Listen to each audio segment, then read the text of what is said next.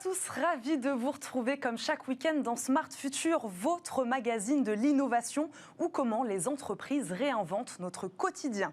Au sommaire de cette émission, quand le digital infuse le monde de la santé, la e-santé ou télésanté, c'est notre sujet de la semaine. À quoi ressemblera la santé de demain? De quelle technologie parle-t-on exactement? Et l'intérêt pour ces nouveaux usages va-t-il durer? Nous verrons ça en début d'émission avec nos invités. Comme chaque semaine, Smart Money, notre chronique consacrée au placement et investissement d'avenir. Un expert des marchés sera avec nous en plateau.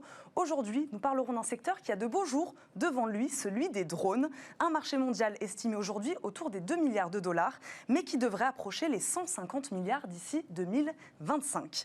Et puis, dans notre dernière partie d'émission, un débat autour des gares du futur. Nouveaux enjeux, nouveaux usages plus connectés. Nous verrons avec nos invités à quoi ressembleront ces nouveaux lieux de vie et quand feront-ils leur apparition dans nos villes.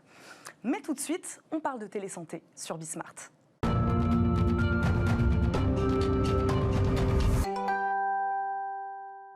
Notre sujet de la semaine, je le disais, c'est la télésanté, encore très discrète avant le début de la crise sanitaire. Impossible de passer aujourd'hui à côté de l'explosion des consultations par vidéo. Des cabines de téléconsultation sont même installées dans les zones rurales. On peut y prendre sa tension, même analyser ses grains de beauté. Alors, ce boom de la télésanté lié au Covid va-t-il durer? Qu'apporte véritablement le numérique et la technologie sur le diagnostic et le traitement des patients? Nous allons poser la question à nos deux invités. Sophie Chapuis, CEO de la start-up e-Ophthalmo, est avec nous en visioconférence. Bonjour Sophie. Bonjour. Merci beaucoup d'être avec nous aujourd'hui sur le plateau de Smart Future. Et Florent Reynaud, cofondateur de Concilio, nous accompagne également. Bonjour. Bonjour. Ma première question, je le disais un peu en préambule, est-ce que cette télésanté est vraiment là pour durer ? Je pense que la e-santé, c'est-à-dire l'introduction du digital dans le monde de la santé, c'est une révolution dont on devine à peine les débuts aujourd'hui. Je pense que quand on regarde ce que le digital a pu faire aux médias, au commerce, aux loisirs, quand on voit ce qu'elle est en train de faire aujourd'hui, la relation qu'on a avec les banques, ce qu'elle va faire demain avec l'éducation, la e-santé, c'est quelque chose d'absolument fondamental. Et ce qu'elle va transformer en profondeur, c'est la relation patient-médecin. Cette relation, ce qui va se passer, c'est que demain, on aura enfin des patients qui seront véritablement acteurs de leur santé et on aura des outils qui permettront aux médecins de se concentrer en fait et de revenir à leur mission primordiale qui est de construire une relation de confiance pour accompagner et pour guider leurs patients à travers leurs problématiques de santé. On va y revenir sur cette relation patient-médecin. Pour reparler de digitalisation, de numérisation, cette crise, elle a été un plus pour l'accélération de cette digitalisation, certainement. Oui, je pense que ça a été une prise de conscience pour tous les acteurs, que ce soit les patients, les médecins, l'État. Tout le monde a compris que c'était une solution. Et j'irai un peu plus loin, en fait, c'est la solution aux grandes problématiques qu'on va avoir de santé sur les 10, 20, 30 prochaines années. Comment vous faites pour soigner 9 milliards de personnes? Comment vous faites pour adresser les déserts médicaux, les nouvelles pandémies, les coûts de santé qui explosent? Il n'y a que des solutions de e-santé qui vont pouvoir adresser ça. Ce n'est certainement pas le modèle actuel. Sophie Chapuis, j'imagine que vous êtes d'accord avec ça, CEO de la start-up e-Ophthalmo. Je le rappelle, vous êtes d'accord, la e-santé est bel et bien là pour durer et ce sera la réponse aux enjeux qui attendent le monde de la santé.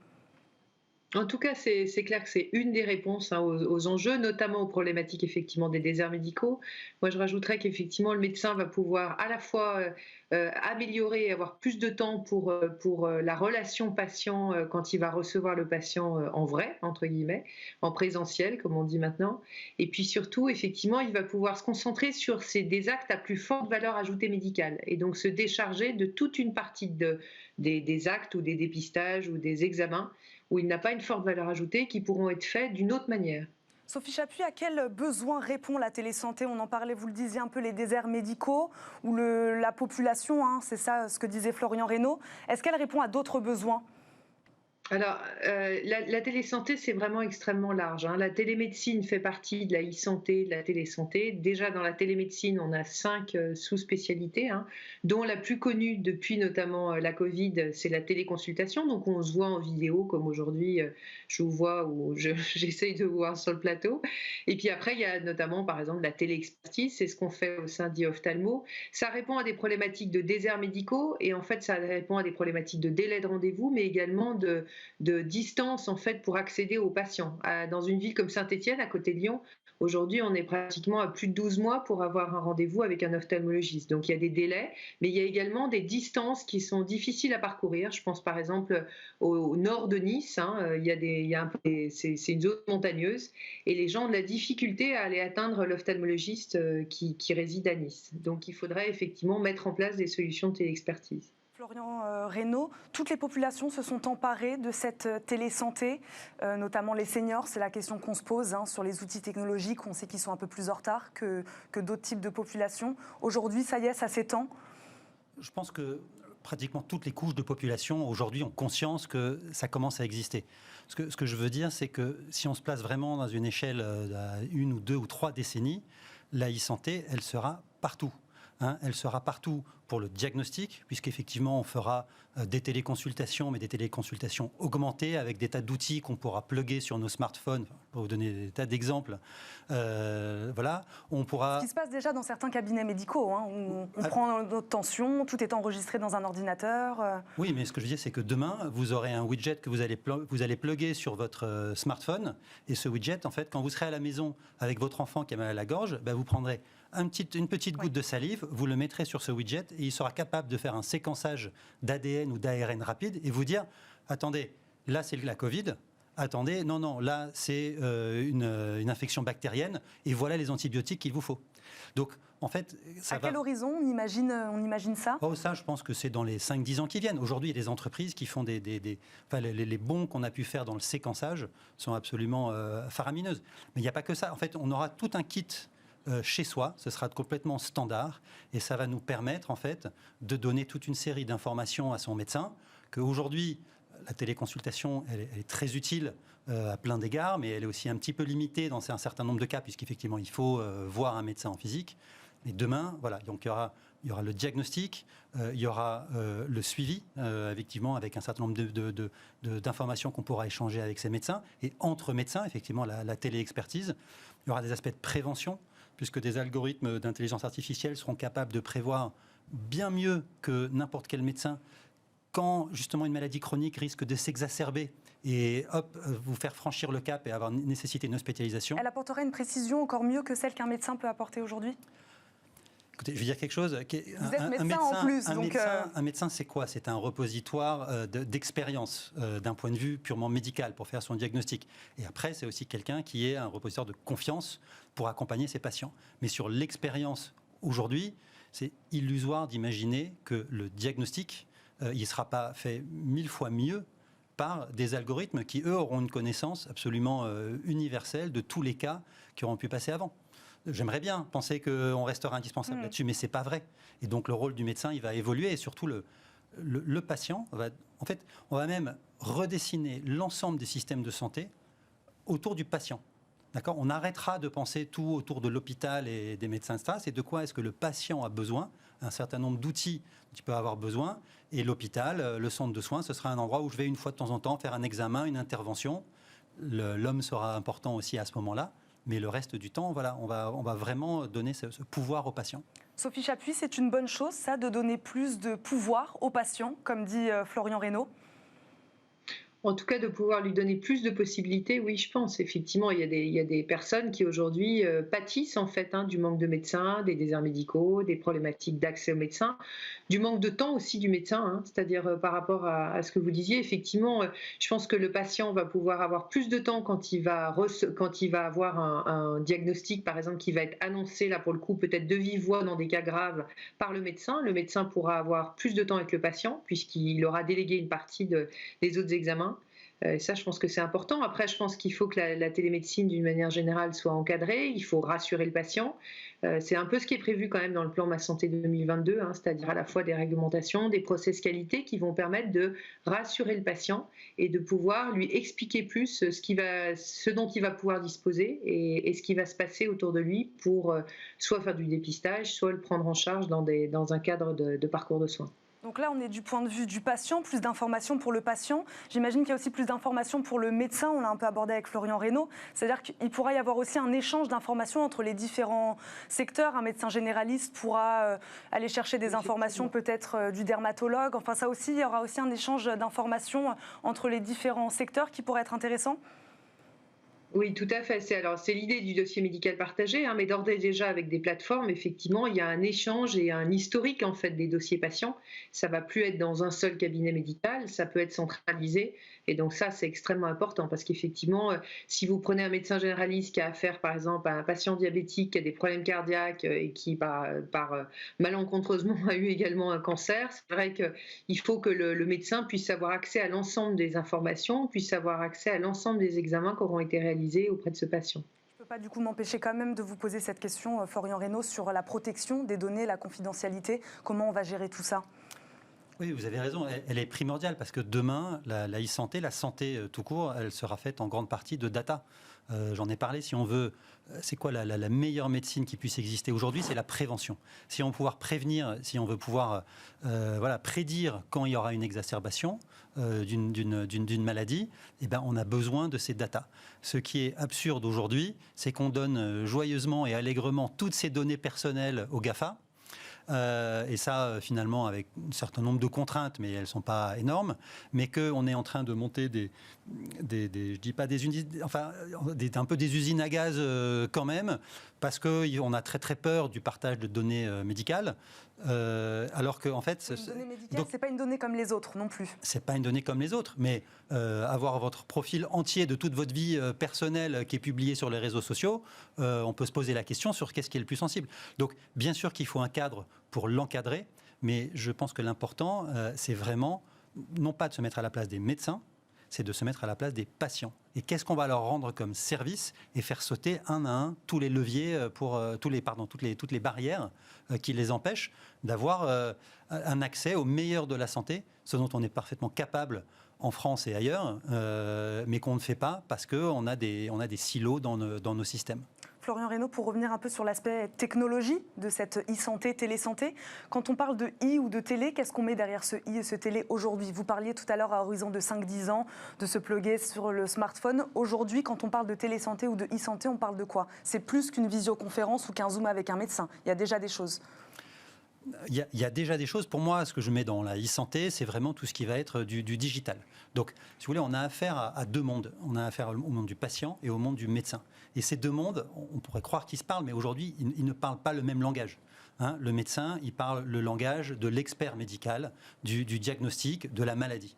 Et le patient, lui, il parle son langage à lui, qui est « je suis face à la maladie, j'ai de l'angoisse, je n'arrive pas à trouver un médecin, c'est stressant, est-ce que j'ai accès au meilleur de la santé ?»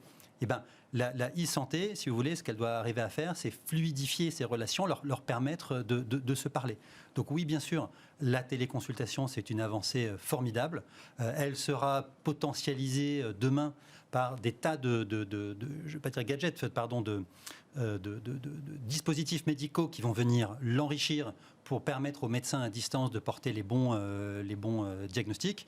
Mais il y en a aujourd'hui, il y en a déjà beaucoup qui sont sur le marché. Je vous ai cité le séquençage tout à l'heure. On peut faire des électrocardiogrammes à distance. Comment se place la France d'ailleurs sur ces questions de tech et de santé ? La France a toujours été un terreau formidable d'innovation. Donc on a parmi les chercheurs, on a parmi les entrepreneurs les plus dynamiques au monde par rapport à ça. Notre problématique, elle se situe plus au niveau du fait qu'on a un marché qui est un pays parmi 27 au niveau européen, avec plusieurs langues, etc. Et que donc, en fait, c'est très compliqué de faire émerger vraiment des champions nationaux ou même européens, parce que très vite, en fait, ils sont repris par les équivalents américains ou chinois, qui ont un marché local qui est tellement important qu'ils ont déjà une masse critique qui leur permet de racheter tous les champions européens en devenir. Sophie Chapuis, j'ai envie de vous poser la même question. Je le rappelle, vous êtes CEO de la start-up e-Ophthalmo. De quelle technologie on parle, en tout cas dans votre secteur à vous, d'ophtalmologie, quand on parle de e-santé? Est-ce qu'on parle simplement de conférences pour un renouvellement de lunettes ou est-ce qu'on est déjà sur une technologie plus précise? Non, alors c'est de la téléexpertise. Donc, ce que je vous disais, c'est une des 5 sous-spécialités de la télémédecine. Donc, la téléexpertise, c'est une demande d'avis à un spécialiste, là en l'occurrence en ophtalmologie. C'est donc un orthoptiste, c'est-à-dire c'est ceux qui sont connus comme étant autrefois les kinés des yeux, qui aujourd'hui sont en première instance dans les cabinets d'ophtalmologie. Ce sont les orthoptistes qui vont faire les examens sur les patients, donc soit dans des centres de santé, soit dans un cabinet d'orthoptiste, mais en tout cas en dehors de la présence d'un ophtalmologiste. Et ensuite, les examens sont téléchargés sur une plateforme, sur notre plateforme par exemple e-Ophthalmo, et ensuite un ophtalmologiste se connecte à distance et en différé, va interpréter ces examens et va renvoyer donc un compte rendu et éventuellement une ordonnance de renouvellement de lunettes. Mais notamment, on parle de compte rendu pour un dépistage des principales pathologies oculaires, c'est-à-dire glaucome, DMLA, etc. Donc ça permet en fait de prendre en charge beaucoup plus tôt les patients, puisqu'ils vont être dépistés plus tôt par rapport à des délais de rendez-vous relativement longs ou des déserts médicaux dans lesquels ils vivent à ce moment-là. Et on sait que l'ophtalmologie est un des secteurs justement les plus concernés par la longueur de ces prises de rendez-vous. Je voudrais revenir à ce que vous disiez tout à l'heure sur ce lien entre le patient et le médecin. J'imagine que quand on parle de e-santé ou télésanté, on peut faire ce reproche justement de manque de lien social. Vous dites que non, à l'inverse, ça va rapprocher les deux. Moi, je dis que c'est complètement l'inverse, en fait. Ce qu'on fait chez Consilio, Consilio, c'est une plateforme d'accompagnement médical, c'est une plateforme de service d'accompagnement médical, accessible partout dans le monde, 24 heures sur 24.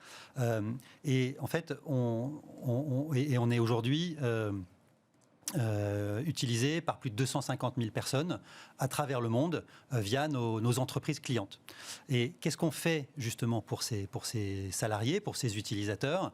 En fait, on adresse leurs problèmes. Leur problème, c'est quoi? C'est effectivement le manque de temps, enfin le délai pour avoir un rendez-vous. Donc on leur permet soit de parler avec un médecin rapidement, soit avoir un rendez-vous rapide. C'est le stress de ne pas savoir, donc encore une fois, avoir des informations qualifiées via un médecin ou d'autres moyens. Et ensuite, c'est d'avoir une certitude d'avoir les bons traitements en étant recommandé vers les meilleurs.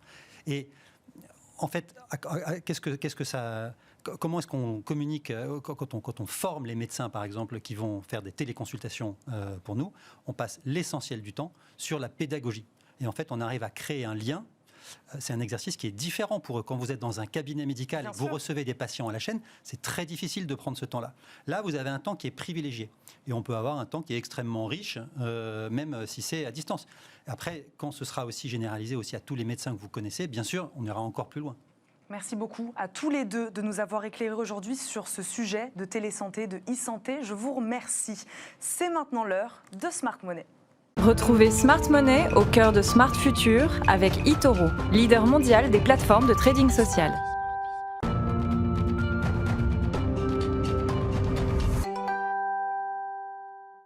Smart Money, comme chaque semaine, on décortique avec nos experts les placements d'avenir. Aujourd'hui, on parle d'un secteur qui a de beaux jours devant lui, celui des drones. David Derry, analyste de marché chez eToro France, est avec nous. Bonjour David. Bonjour. Parlez-nous de ces drones. Aujourd'hui, les drones, c'est un thème qui prend de plus en plus d'importance. On le voit que c'est présent dans plus en plus de domaines. Par exemple, on peut penser à l'agriculture, au cinéma, au domaine militaire aussi, dans lequel c'est présent. Et depuis peu, on voit que les drones commencent à être utilisés de plus en plus à des fins d'usage commercial. Par exemple, on a des sociétés comme Uber, comme Amazon ou comme Domino's qui ont récemment commencé à s'intéresser à cette technologie pour livrer notamment leurs clients.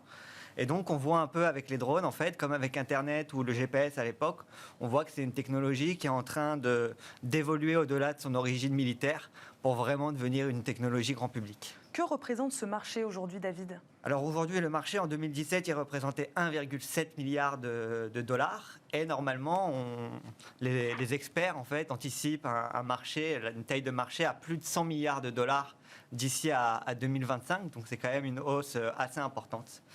Aujourd'hui, donc, comme je le disais, l'utilisation principale des drones, ça reste le militaire. Par exemple, on a même récemment vu Parrot qui a annoncé il y a quelques semaines justement fournir 300 drones à l'armée française afin de les aider dans leur activité. Mais on estime qu'à l'avenir, le développement du drone commercial représente aussi une bonne opportunité d'investissement. Le seul hic, en fait, dans toute cette industrie pour le moment, c'est la réglementation. Et que dit alors cette réglementation ? Alors la réglementation, elle est plus ou moins similaire un peu partout dans le monde, que ce soit en Europe ou aux États-Unis. Aux États-Unis, c'est le Federal Aviation Administration, donc la FAA, qui supervise en fait ce marché et qui impose les règles. Ils ont imposé notamment 3 règles principales à suivre pour les personnes qui souhaitent conduire un drone. La première, c'est de limiter l'altitude donc des drones commerciaux à environ 120 mètres. La deuxième, c'est de limiter la distance de vol au champ de vision du pilote, donc le drone ne peut pas aller là où le pilote ne le voit plus. Et enfin, la troisième, c'est l'interdiction de survoler des personnes. Donc on voit que c'est quand même trois réglementations qui sont vraiment une limite pour les utilisateurs, et notamment l'adoption de ces technologies. Et donc on a beaucoup de grands acteurs qui ont commencé à faire pression pour justement essayer d'évoluer vers une réglementation plus souple. Qui investit aujourd'hui principalement dans ce marché des drones ? Qui sont les principaux acteurs ? Alors, pour les personnes qui souhaitent investir dans les drones, il existe en fait différentes possibilités pour le faire. La première, la plus simple, c'est sans doute d'investir dans des sociétés qui produisent et commercialisent les drones. Donc là, par exemple, on a la société la plus connue, enfin une des plus connues, qui est une société française d'ailleurs, qui est la société Parrot. Ensuite, on a aussi, coté en bourse, on a les sociétés asiatiques, donc AeroVironment et E-Eng, qui sont 2 sociétés cotées en bourse aussi. Et dans les drones, dans les pure players des drones, on a aussi GoPro aux États-Unis avec son drone Karma. Ensuite, on a d'autres marques. Donc, l'une des plus connues quand on parle de drone, c'est DJI, mais malheureusement, DJI n'est pas encore coté. Et ensuite, il y a d'autres moyens pour investir. Donc, comme on le disait, il y a les géants technologiques qui commencent à s'y intéresser, donc Google, Apple ou autres. Donc, les personnes qui détiennent en général des actions de ces sociétés-là auront normalement seront exposés à cette thématique, à la thématique des drones, notamment les drones de livraison. Ensuite, les personnes peuvent aussi décider d'investir justement dans des sociétés d'aviation, donc par exemple Boeing ou Airbus, qui sont en train de travailler sur la technologie des drones pour notamment le transport de passagers ou ce genre de choses. Et enfin, la dernière méthode pour investir dans l'industrie des drones, c'est vraiment d'acheter directement en fait les éditeurs, les fabricants de puces en fait, comme Nvidia ou comme Intel. David, ma dernière question, quel est l'avenir alors pour ce marché des drones ?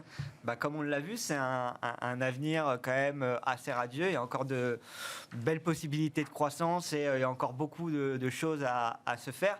Pour le moment, on ne se fait pas encore livrer nos pizzas par drone ou même nos colis Amazon en France. Ce n'est pas possible de se les faire livrer par drone.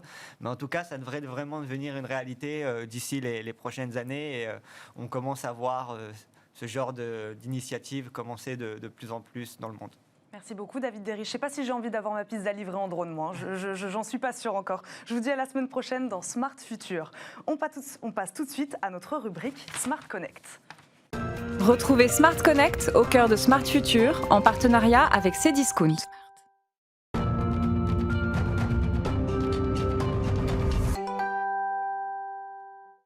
Cette semaine encore, on plonge dans l'univers du commerce digital. Emmanuel Lemort, directeur expérience client de Living Packets, est avec nous. Bonjour. Bonjour. Merci d'être avec nous. Votre start-up est spécialisée dans l'emballage ou le colis connecté. Absolument. Je voulais vous demander à quoi il ressemble, mais en fait, vous nous l'avez amené. Donc Absolument. On le voit. Expliquez-nous alors, quelle information il nous donne, ce colis connecté ? Alors, l'idée, c'est qu'on voulait créer un colis réutilisable, surtout. Le plus important, c'est qu'il soit réutilisable des centaines, des milliers de fois. Fini le colis unique et jetable. Voilà.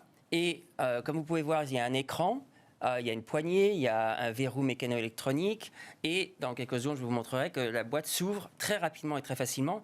Donc l'idée, c'est qu'on veut améliorer l'expérience client de l'utilisateur, on veut améliorer les choses pour la planète parce que malheureusement, le carton, ça veut dire recyclage et la réutilisation, c'est toujours mieux que le recyclage.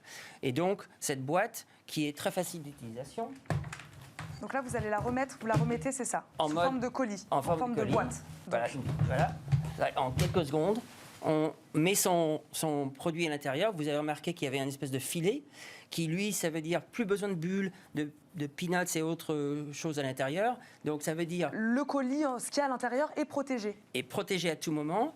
Parce que vous avez un écran et une application mobile sur votre téléphone, vous avez la possibilité de tracer et de voir, même si vous le voulez, à l'intérieur de la box, parce qu'il y a une caméra interne, seulement interne. Il y a un système pour peser le contenant de The Box aussi. Il y a un haut-parleur qui se trouve là. Donc vous pouvez imaginer dans le futur des expériences personnalisées vraiment intéressantes de sociétés qui veulent interagir avec le client potentiellement. L'écran, évidemment, est haute résolution et est compatible avec n'importe quelle société, que ce soit Chronopost, que ce soit Colissimo, que ce soit FedEx, DHL. Et avec toute la technologie du capteur de température, capteur de choc, capteur d'humidité, vous avez une espèce de télécommande à tout moment de votre expédition et votre colis qui arrive chez vous. Vous parlez d'entreprises qui seraient donc potentiellement intéressées par ces colis connectés. Vous avez fait des expérimentations avec Cdiscount et Orange, je crois, en 2019. Et là, vous lancez, ça y est, officiellement depuis quelques semaines, la production de votre emballage connecté et réutilisable depuis décembre. Quelles sont les entreprises aujourd'hui qui sont intéressées par ce colis connecté ? Il y a plus de 1600 sociétés qui nous ont déjà contactés, qui attendent avec impatience, juste en France et en Allemagne. Et honnêtement, on a eu aussi des contacts du monde entier, parce qu'ils comprennent la valeur de ce qu'on essaye de faire, et surtout le fait qu'on n'a qu'une planète. Et à un moment, il faut se dire, il faut trouver des solutions. Et cette solution, c'est une matière vraiment costaud, qui permet d'être réutilisée à l'infini. C'est une matière qui peut se déchiqueter, qui peut être refondue pour faire d'autres boîtes. Donc, ça continue. Il n'y a pas de nombre maximum de trajets ? Alors, ça dépendra honnêtement de la condition. Il y a plusieurs flux dans les transports de colis. Ça peut être à travers des coursiers. C'est beaucoup plus simple et beaucoup plus, on va dire, moins dangereux pour la boîte quand c'est entre les coursiers. Quand ça passe à travers beaucoup de flux différents, on ne sait pas encore pour l'instant, mais notre but et notre design est fait pour des centaines, des milliers de trajets. C'est ça le vrai but. Donc ce colis connecté, cet emballage connecté, il nous donne beaucoup d'informations. Comment vous gérez ce flux d'informations et cette protection aussi des données ? On parle beaucoup de protection des données quand on parle de données. Absolument. On fait très attention à ce genre de choses. Évidemment, on suit les règles de RGPD et d'autres règles qu'il y a après tout cela. Cette information est protégée, cryptée évidemment, et derrière il y a l'utilisation future de la blockchain pour être sûr qu'elle est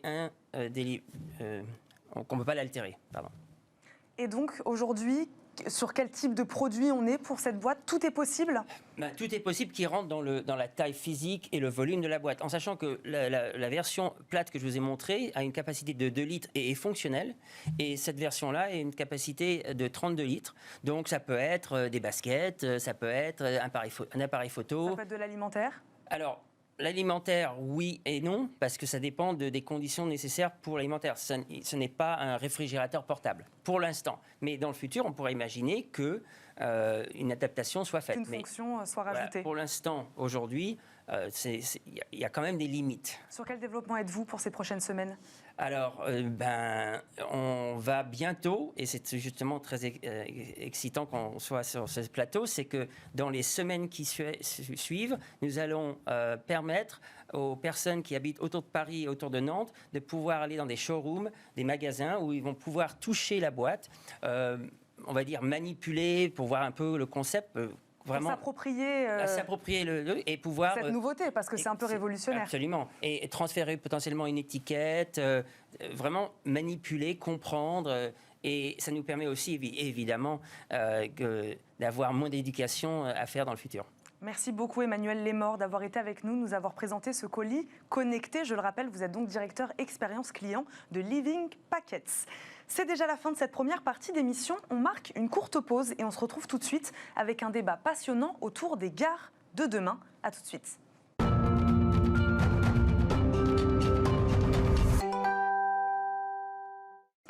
Merci de nous rejoindre sur Bismart. C'est la deuxième partie de Smart Future, votre magazine de l'innovation.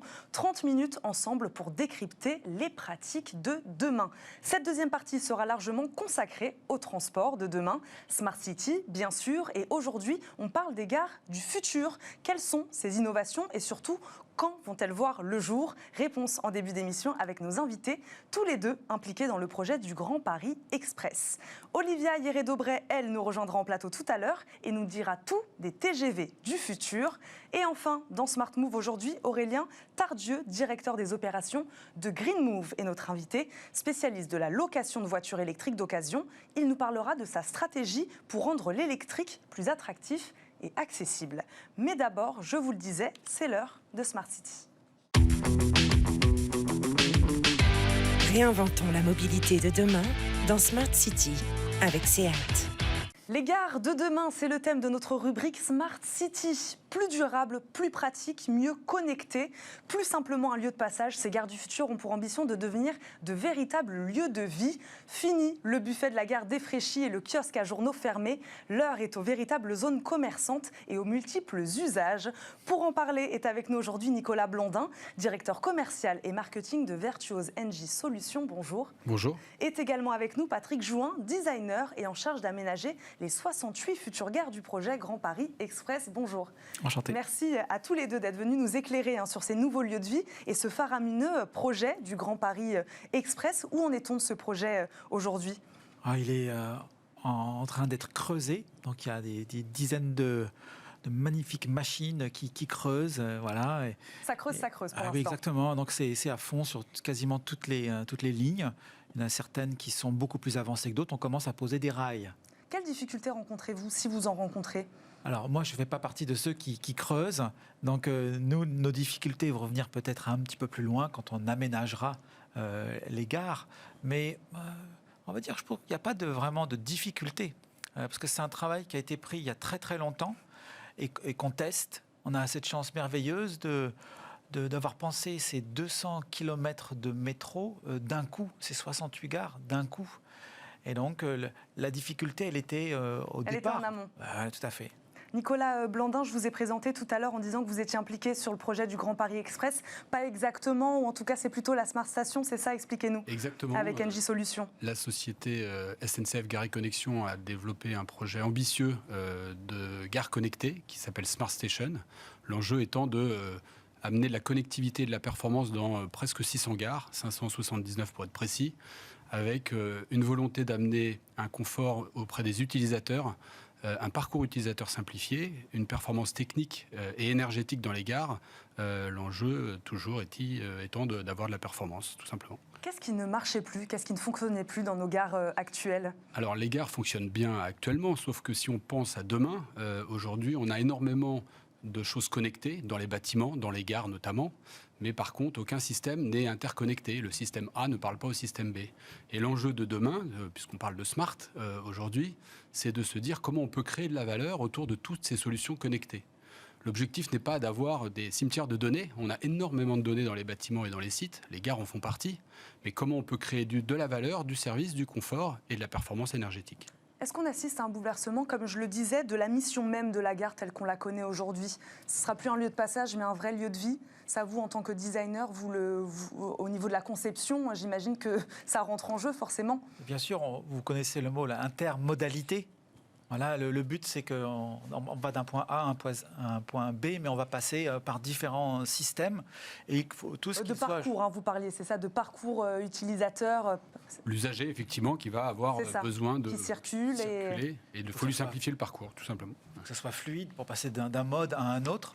Et donc, chaque point, chaque gare, chaque système, il doit bien communiquer avec l'autre, il faut que ce soit facile. Et donc, là, penser une gare, c'est penser en fin de compte le gare dans un ensemble, dans tout un parcours. Comment donner envie aux gens de rester? C'est la question qu'on se pose dans une gare. Le point de départ, c'est immédiatement, c'est le confort, la sécurité, la lisibilité. Donc, on va descendre avec le Grand Paris Express parfois à 50 mètres sous terre. Donc, quand on est là, sous terre à 50 mètres, il faut que ça soit parfaitement éclairé. Donc, on a vraiment travaillé énormément l'ambiance lumineuse. Et on a fait des lieux qui sont assez clairs, qui renvoient justement beaucoup de lumière pour ne pas dépenser trop d'énergie. Mais on éclaire tout, mais tout a été pensé pour être, par exemple, facilement nettoyable. Pas de recoin. Ça, c'est dès le départ dans la conception, réussir à faire quelque chose qui va facilement s'entretenir. Et vous parliez tout de suite de réseau. Mais on a essayé d'imaginer nos gares dans 50 ans. est-ce qu'on pourra justement venir mettre le nouveau dispositif que vous êtes en train de mettre au point, mais celui qui sera là dans 50 ans, comment est-ce qu'on arrivera à le mettre? On l'a pensé en fait directement dans le projet, qu'on puisse intégrer ces dispositifs qu'on ne connaît pas encore, les technologies qui vont changer. Donc voilà, on a essayé d'apprendre de plus de 100 ans d'histoire du métro. C'est ça la difficulté, c'est de créer un espace qui sera amené à accueillir des choses qui ne sont peut-être pas encore inventées. Alors évidemment, la technologie a évolué très très vite. C'est à la fois une opportunité, à la fois il faut être vigilant pour avoir des choses qui puissent s'adapter aux systèmes qui vont être installés demain. L'enjeu aujourd'hui, comme j'ai dit tout à l'heure, il n'est pas tant d'avoir de la donnée. La donnée, il y en a. La question, c'est effectivement comment est-ce que les usages de demain peuvent être anticipés. Si on parle de confort, il y a un enjeu de température, il y a un enjeu de parcours utilisateur, d'avoir l'information facilement à travers les smartphones, mais pas que. Et comment tout ça peut être simplifié, évidemment sécurisé. Et de l'autre côté, côté des opérateurs, des gens qui gèrent les bâtiments, comment est-ce qu'ils peuvent amener plus de services, plus de confort pour pouvoir générer justement de la fidélisation et de la satisfaction.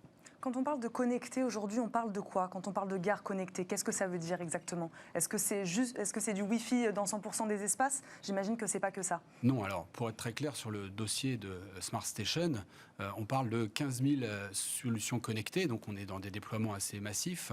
On a 800 millions de données à terme qui vont être traitées par an. Donc on est sur vraiment du traitement massif de données pour amener du service.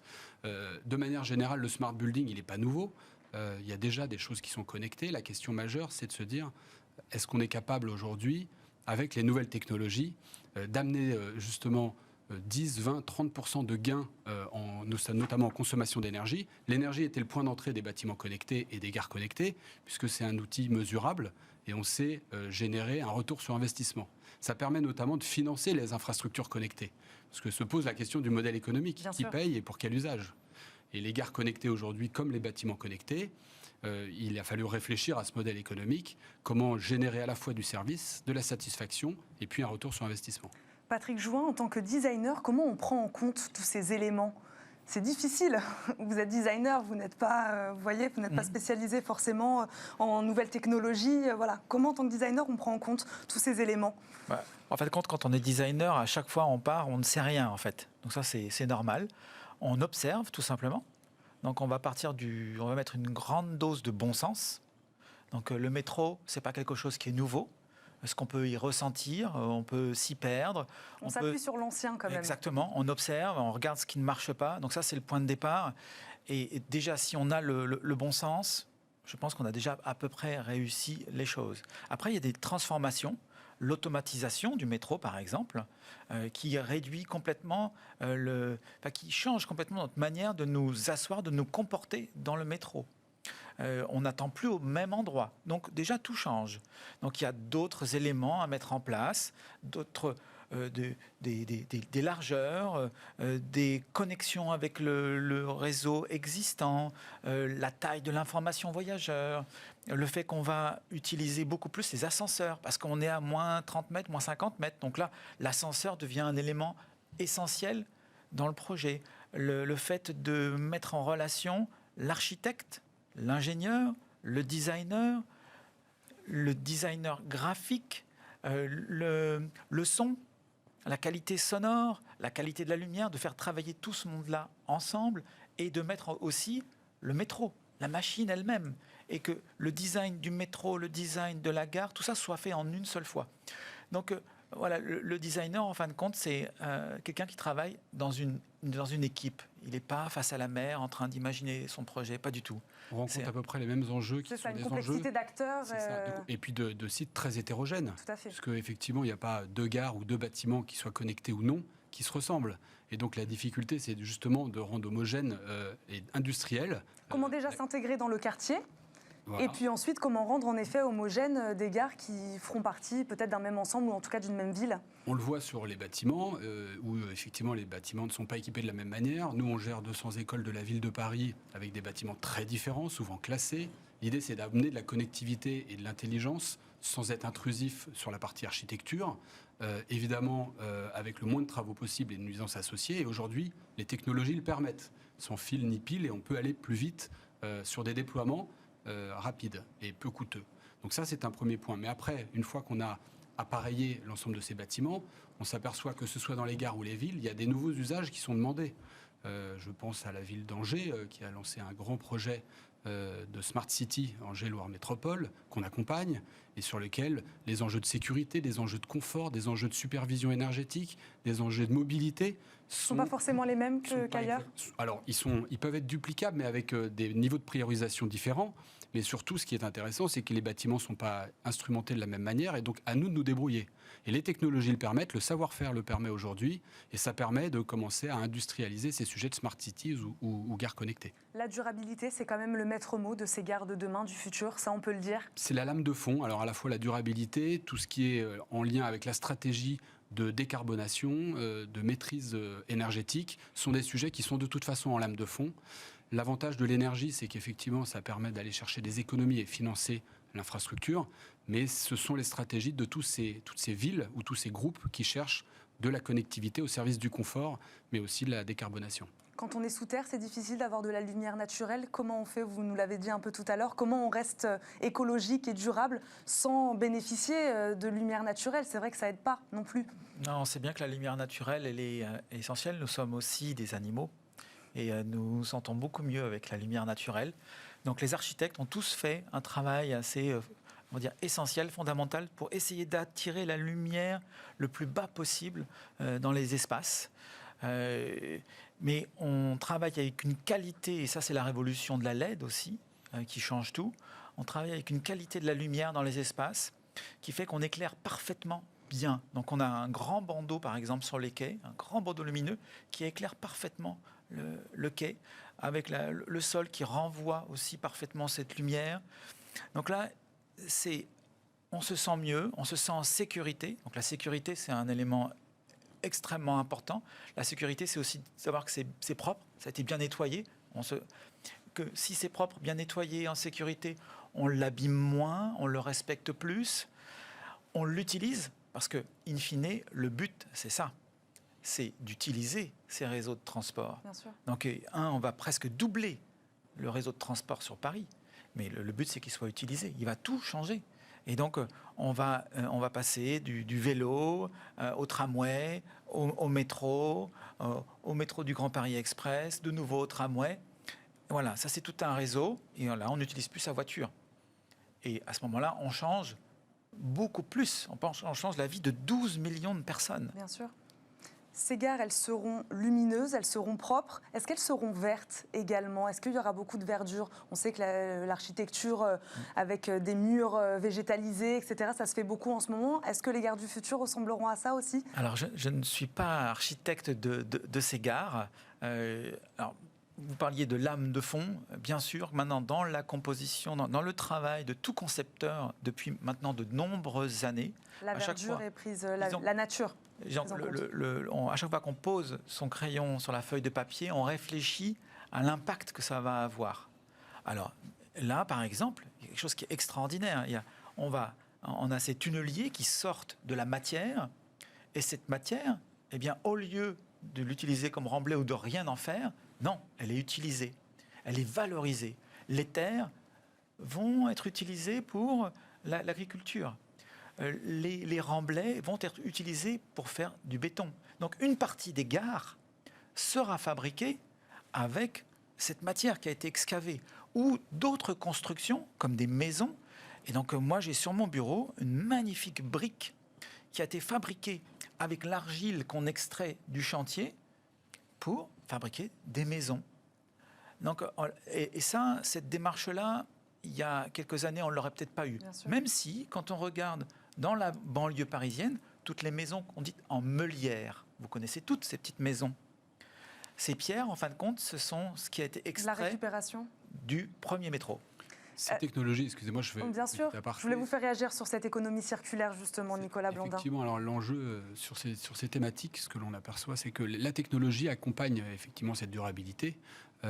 On le voit effectivement, puisque non seulement c'est poussé par des enjeux réglementaires, on le voit dans les bâtiments connectés avec des décrets qui sortent et qui nous imposent des moins 30, moins 40, moins 50% de consommation d'énergie à 10, 12 ou 20 ans. Et donc ça, c'est un élément qui tracte forcément ces sujets de verdification et de performance énergétique, et la technologie nous le permet d'aller chercher ces seuils élevés. Et puis l'autre sujet, effectivement, que l'on voit dans certaines villes, je pense à Limoges dernièrement, où le fait d'amener de la connectivité dans certains sites de la ville, croiser un taux de mesure d'occupation réelle des bâtiments, avec de la climatologie, avec de l'intelligence artificielle qui permet d'avoir un système de régulation en lien réel avec l'usage, c'est moins 30, moins 40% de consommation d'énergie. La ville en sort évidemment gagnante sur son empreinte carbone, au niveau technique et au niveau économique. Je voudrais revenir sur ce qu'on disait tout à l'heure, sur l'implication dans le territoire que ces gares vont amener ou non. Ça aussi, c'est un enjeu. Oui, d'amener quelque chose au territoire ou au quartier, en tout cas, qui entoure ces gares. C'est effectivement, les gares sont dans un environnement souvent avec une volonté au niveau départemental ou régional d'accompagner la mobilité. Donc il faut effectivement que cette technologie ou ces innovations non seulement amènent des économies, mais amènent de la fluidité, facilitent encore une fois le passage du train à une automobile partagée, au rechargement de bornes électriques. Et tout cet écosystème est conçu aujourd'hui, que ce soit dans les projets de ville de demain ou que ce soit dans le Grand Paris Express. C'est une réflexion à 360 degrés qui doit être engagée et qui est en cours de développement. Quelle place, excusez-moi, je voulais vous poser la question, quelle place tiendra la zone commerçante ? On a aussi lu beaucoup que les gares du futur seraient de vraies zones commerciales. Quelle place tiendra vraiment ces zones commerçantes ? Fini le kiosque, ce que je disais en préambule de cette émission, fini le kiosque à journaux fermés. On aura des vrais magasins dans ces gares du futur ? Alors, je ne vais pas parler à la place de SNCF Immo ou Gares et Connexions, mais pour avoir des échanges avec eux sur l'organisation des gares, il est clair que... Pour faire rester les gens, il faut aussi les faire consommer. Il y a une nécessité d'abord de répondre à leurs besoins du quotidien. Acheter des produits de première nécessité à la sortie du train ou du RER, c'est un élément qui permet d'éviter d'aller dans une grande surface et de sortir de la gare, alors que peut-être qu'il y a une correspondance ou des choses comme ça à anticiper. Donc il y a vraiment une volonté d'accompagner le quotidien des usagers, et pour ça, c'est du confort qui n'est pas que énergétique, mais qui est du service également. Et voilà comment c'est organisé aujourd'hui. Merci beaucoup à tous les deux de nous avoir éclairés sur ces gares de demain, ces gares du futur. Vous restez avec nous. Tout de suite, c'est la chronique d'Olivia Hieré-Dobré dans Smart Future.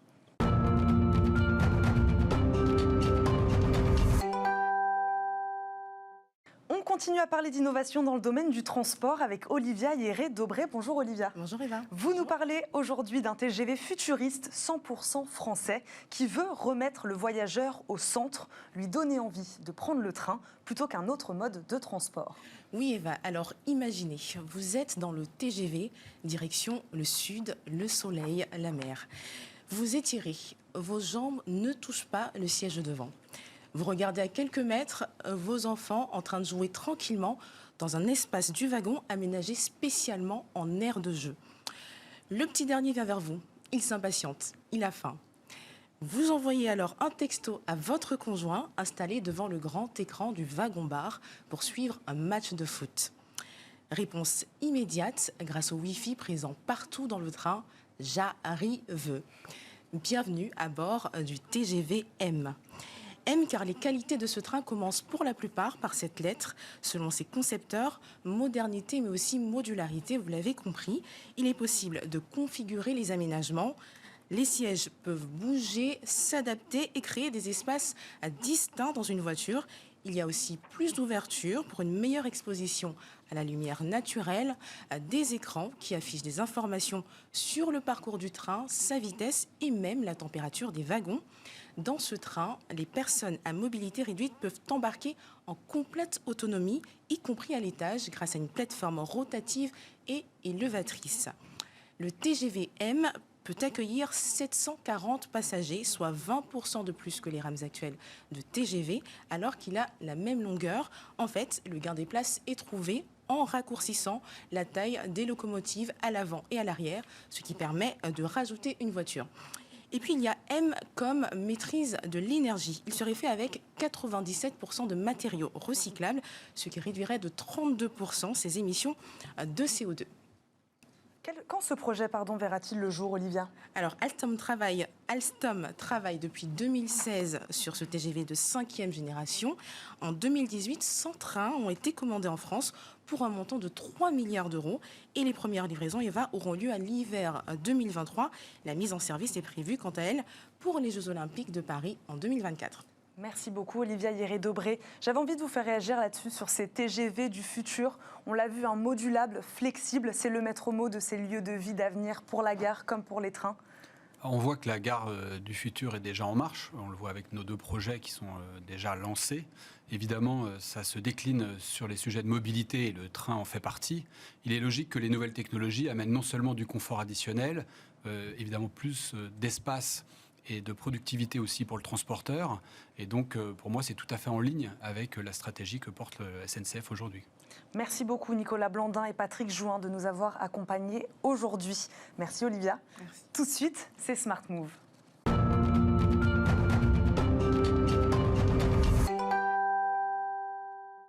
Dans Smart Move, aujourd'hui, Aurélien Tardieu, directeur des opérations de Green Move, est notre invité. Bonjour. Bonjour. Merci d'être avec nous sur le plateau de Smart Future. Green Move, la start-up spécialiste de la location de voitures électriques d'occasion. Pourquoi d'occasion ? Alors, effectivement, on a créé il y a 2 ans Green Move avec comme ambition et comme mission de vouloir démocratiser la voiture électrique. Notamment tous ceux qui ont besoin d'utiliser leur voiture tous les jours et à qui on fait souvent un procès d'intention un peu facile en inconscience écologique. Sauf qu'en fait, la voiture électrique, en fait, elle a beaucoup d'avantages, mais elle a un désavantage majeur au départ, c'est qu'en neuf, elle coûte beaucoup plus cher que son équivalent en thermique. Et donc, on a voulu apporter une solution pour démocratiser d'un point de vue tarifaire l'occasion, en faisant levier à la fois donc sur l'occasion et sa décote, et sur la location longue durée. Donc c'est un double enjeu écologique en fait. C'est-à-dire qu'on est sur l'électrique et en plus on est sur l'occasion d'électrique. Exactement. Et donc effectivement on travaille sur ces 2 leviers-là. D'autant plus que, juste en petite parenthèse, de toute manière pour le développement du marché du neuf, il faut que le marché de l'occasion en fait fonctionne bien. Parce que vous vendez bien des véhicules neufs si vous savez garantir que d'ailleurs elles se revendront bien en occasion. Le marché d'occasion marche bien. Le marché de l'électrique aussi commence un peu à décoller quand même depuis ces derniers mois. Oui, alors, sur le neuf, effectivement, la tendance, elle est là, elle est indéniable. Alors c'est sûr qu'il y a beaucoup de poussées à la fois à la Commission européenne pour incentiver les constructeurs là-dessus, d'autre part sur les aides gouvernementales en France, mais aussi dans d'autres pays. Donc effectivement, il y a une vraie poussée par rapport à ça. Et quand on regarde les chiffres, c'est sûr que la crise du Covid, elle a un peu induit des montagnes russes sur les chiffres des ventes 2020. Maintenant, quand on regarde les chiffres globaux, c'est sans appel, c'est-à-dire que les volumes 2020, c'est quasiment 3 fois les volumes de 2019. Si on compare les mois de janvier 2021 et janvier 2020, c'est pareil, on est à plus de x3. Et la part de marché de l'électrique dans le parc global du neuf a aussi triplé en fait. Quels sont les principaux freins encore aujourd'hui selon vous ? Alors, une fois qu'on a mis de côté, effectivement, donc le premier frein qui est quand même le prix, qui est quand même un vrai sujet. Derrière, effectivement, c'est une techno qui est nouvelle. Et contrairement à ce qu'on a l'habitude de faire quand on achète une voiture normal, on se pose beaucoup de questions quand on aborde l'électrique. Et donc, il y a beaucoup de freins liés à ça et sur lesquels nous, notre fer de lance, c'est de... Il faut faire de la pédagogie. Exactement. Et comment vous en faites de la pédagogie, justement ? Alors, de plusieurs manières. Déjà, les sujets, on peut les énumérer un peu. Il y a le sujet autour de la recharge. Comment est-ce que je vais me recharger de manière habituelle, d'une part, mais aussi quand je fais un trajet un peu inhabituel, d'autre part. Quel est mon usage réel ? Parce que là aussi, il y a beaucoup d'idées préconçues. Nous, le premier travail qu'on fait avec nos clients quand ils se présentent, c'est de requalifier leurs besoins. Parce que c'est sûr que quand on regarde les pubs, c'est la guerre en fait des nouvelles autonomies de tous les constructeurs. Maintenant, quand on regarde assez basiquement les choses, 80% des trajets urbains et périurbains, c'est moins de 30 km par jour. Donc en fait, un de nos premiers travaux, justement, c'est de repositionner finalement qu'est-ce que fait la personne avec sa voiture. Combien de kilomètres vous faites, etc. Pour requalifier avec elle quel est son vrai usage. Et donc bien faire ça. Pareil, on parlait de frein, il y a une espèce d'hantise en fait de la panne sèche, entre guillemets, en électrique. Comme si notre voiture allait s'arrêter comme ça sur la route. Et on peut faire ce qu'on veut. Cette question, elle est très présente chez les gens. Et donc, le premier réflexe, c'est effectivement de se dire, je vais prendre une marge énorme par rapport à ça. Nous, en fait, on fait plutôt une pédagogie pour apprendre dans un premier temps aux gens à bien utiliser leur voiture, à changer un peu leur mode de fonctionnement. C'est vrai que la voiture thermique, on roule et puis de temps en temps, on va à la pompe. Et puis, on sait qu'on n'a pas de problème pour aller à la pompe, même si on attend 5 minutes, au pire, on va servir. C'est vrai que ça peut être plus compliqué sur la recharge, notamment sur un trajet inhabituel. Et donc, du coup, c'est l'autre apport qu'on fait, c'est qu'au-delà de l'éducation complète, c'est d'apporter des solutions qui permettent de prévoir en fait la consommation qu'on va avoir. Aurélien Tardieu, est-ce qu'on manque encore aujourd'hui trop quand même d'infrastructures pour un vrai développement de l'électrique? On avance, mais est-ce qu'il y a encore des manques? Alors, c'est sûr que l'infrastructure de recharge au sens large, c'est un sujet. Maintenant, nous, on est convaincus d'une chose, c'est qu'une énorme partie de la réponse à cette question-là, elle passe avant tout par la recharge à domicile. En fait, c'est sûr qu'on parle beaucoup des bornes sur la voie publique, etc. Il faudrait que le particulier s'équipe. Oui, nous, la première réponse à la recharge, c'est celle-ci. Et donc, ça s'est fait assez naturellement d'ailleurs.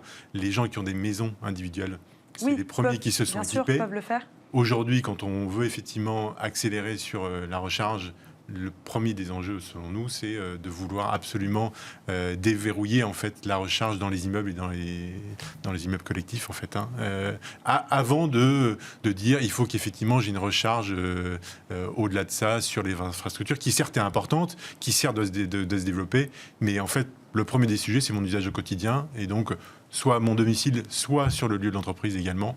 Voilà, on n'en a pas parlé, on a parlé des particuliers. Je voulais vous poser la question, est-ce que les entreprises s'intéressent aussi à votre solution, à l'électrique d'occasion? Oui, elles font appel à vous également? Elles font appel à nous. En fait, alors quand on parle d'entreprise, c'est vrai nous on vise les petites entreprises, donc les artisans, les pros, les TPE, PME, qui ne sont pas forcément très bien adressés par les acteurs traditionnels et qui ont aussi beaucoup de questionnements.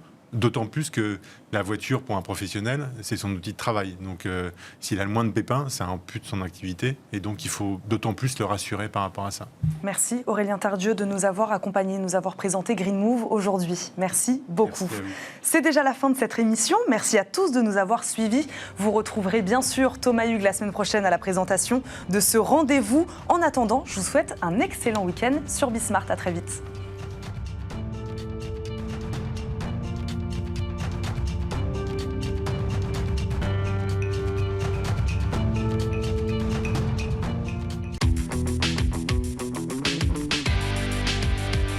Ce programme vous a été présenté par SEAT.